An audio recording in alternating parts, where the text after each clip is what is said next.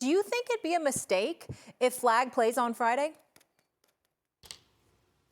No, it won't be a mistake. Look, he's got to get cleared by the doctors. He's going to get some on-court work today and tomorrow. What that means basically is no contact. That means skill work, shot making, try to see if he can change direction, change pace. And what he'll do after that, they'll see if he has any swelling, if he has any discomfort. He'll do a little bit more, obviously, on Tuesday. And then they're going to try to see if he can go up and down, change direction, change pace, and play in a contact situation. After that, evaluation, the doctor says he's good.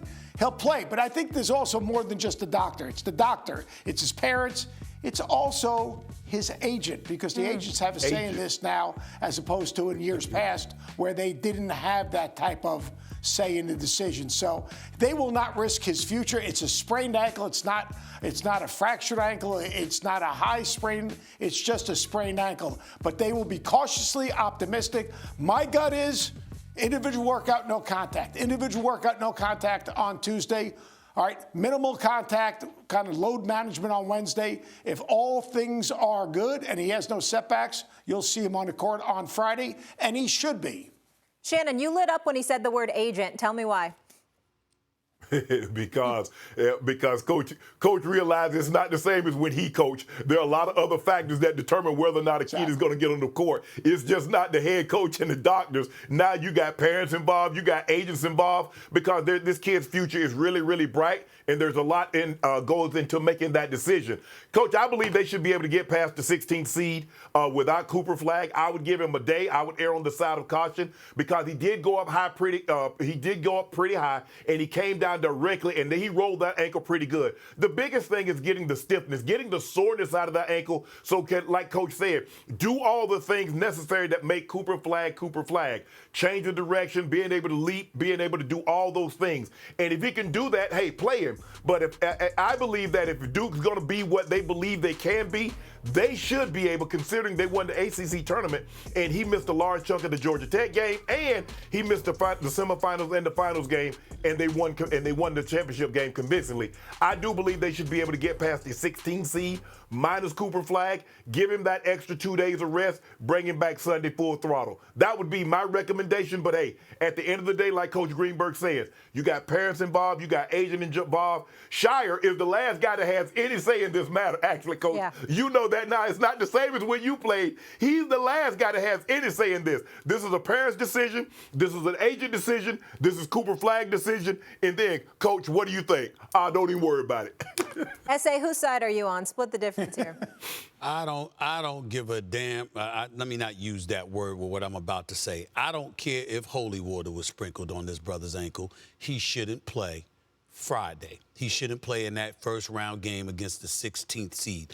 If the Duke Blue Devils can't beat the 16th seed without Cooper Flagg, you don't deserve to be in the tournament. I will remind y'all, this brother went down. They won a semifinal game, and they won a conference title game without him.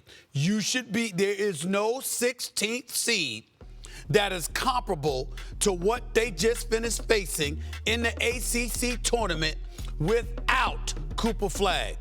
You've got Proctor, you've got the rest of those. These brothers can ball. You can go out there and beat the 16th seed and buy Cooper Flagg 2 additional days rest for the rest of the NCAA tournament. No way he should play that first game. Coach, respond quickly before I want to push it forward here.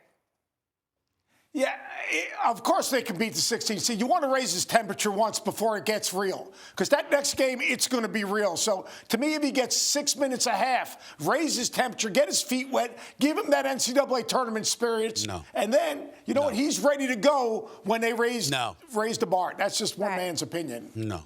All right, this debate to be continued. Coach, let's look at some Big E schools, and I'm just going to be on brand here. How far do you see UConn going in St. John's? Are you getting a purse or shoes out of this decision or not? No. You didn't see me trying to make any bets this year. You saw how things played out at the Garden this weekend. I'm keeping quiet. I was just maybe the ladies. UConn would be fortunate to get but I don't know about the men. Yeah. UConn would be fortunate to get to the second round. There's no way they can beat Florida, in my opinion. Florida's just too good. They're too deep, too athletic. They come at you in waves. The guard play, which is obviously the Achilles heel for this UConn team, would be overpowering. On the other side, I think St. John's gets to the Elite Eight. I think that would be a heck of an accomplishment. But then again, who are they going to face? They're going to face a team that I think is going to win the national championship. So I think that St. John's, to me, has had a masterful, magical season. But the depth, athleticism, the completeness of that roster, I just don't see it. Stephen A? I completely 1,000% agree with Coach.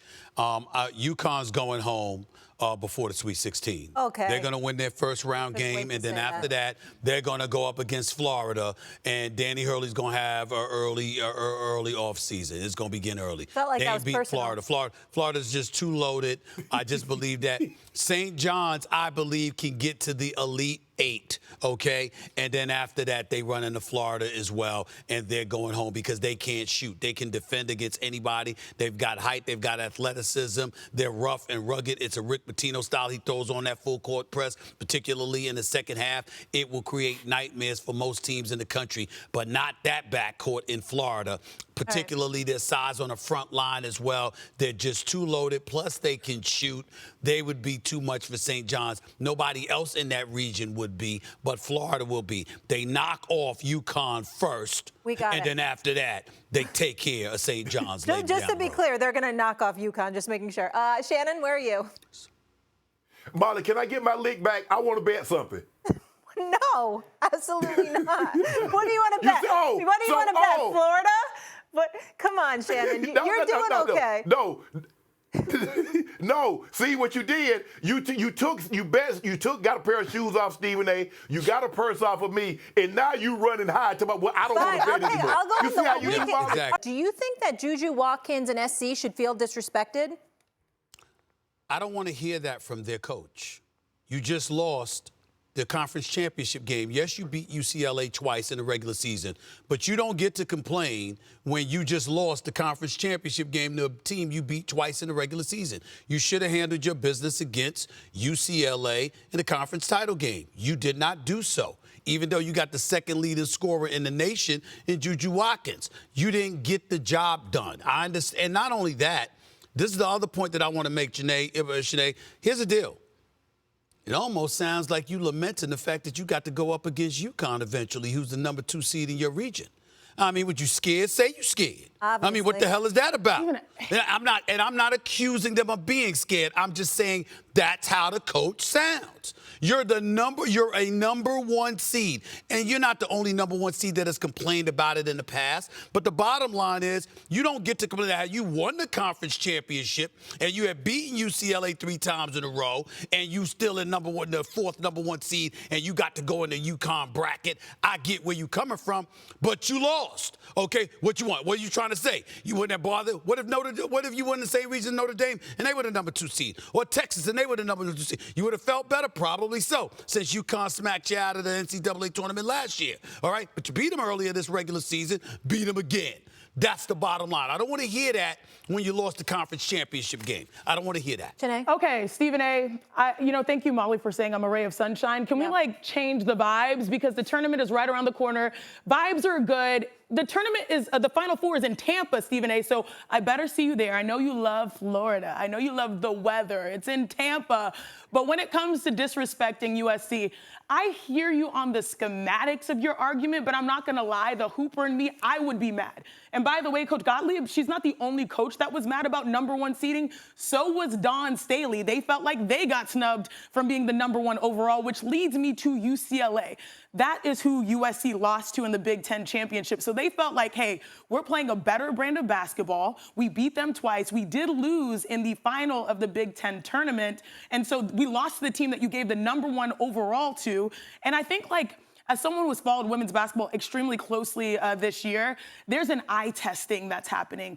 Texas lost to South Carolina in the SEC championship, and based on the eye test, their offense really struggles. But when you look at USC, the Trojans, you look at them with Juju Watkins, you look at them with getting the transfer in Kiki Iriafen, and you feel like, okay, they addressed the need that eliminated them last year versus UConn in the tournament. Now they're better. Yes, they lost in the tournament final, but still they feel like they deserved a little bit more respect, because if you look at their squad, maybe they're more balanced than a team that was seeded ahead of them like UT, like Texas. But lastly, I'll just say this, okay?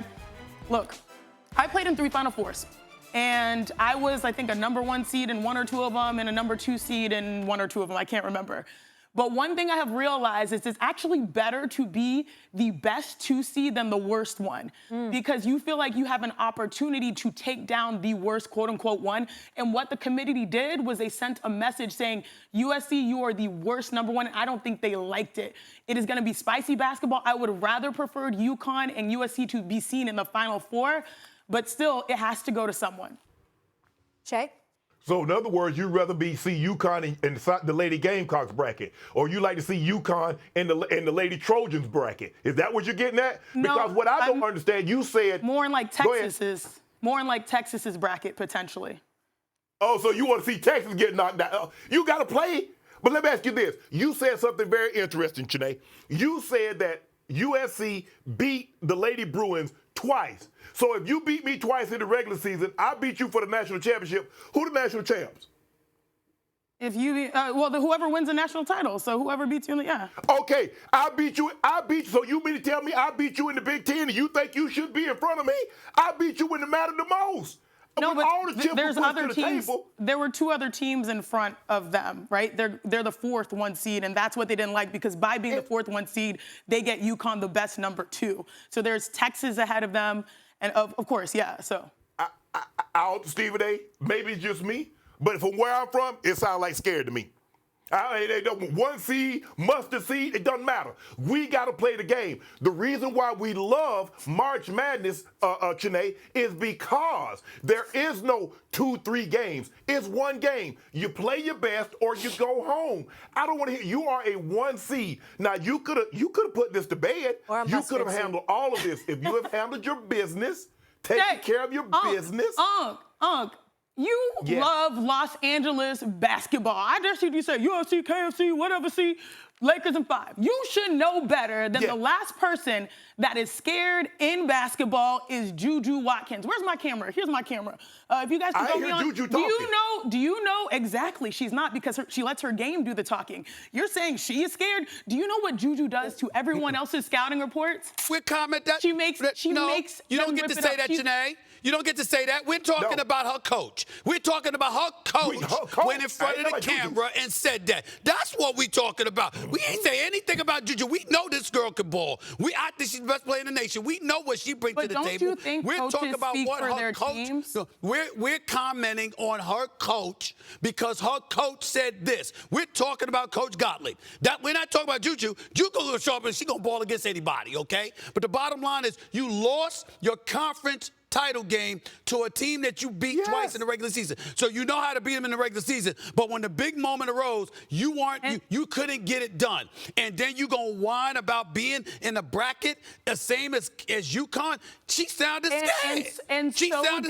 And so did South Carolina and Texas. It's a similar dynamic. Texas lost, but they got ahead of them. If you want to blame anything really for why USC is the 4th 1 seed, it's because they lost to Iowa. They lost to Iowa. That really hurt them, because when you go head-to-head, that's sort of where you split hairs. But still, I don't mind these coaches speaking up, honestly. Don Staley, like what these coaches are doing is building a chip on their shoulder of their players so that they perform at the highest level. How do I know? Because that's exactly what happened to me.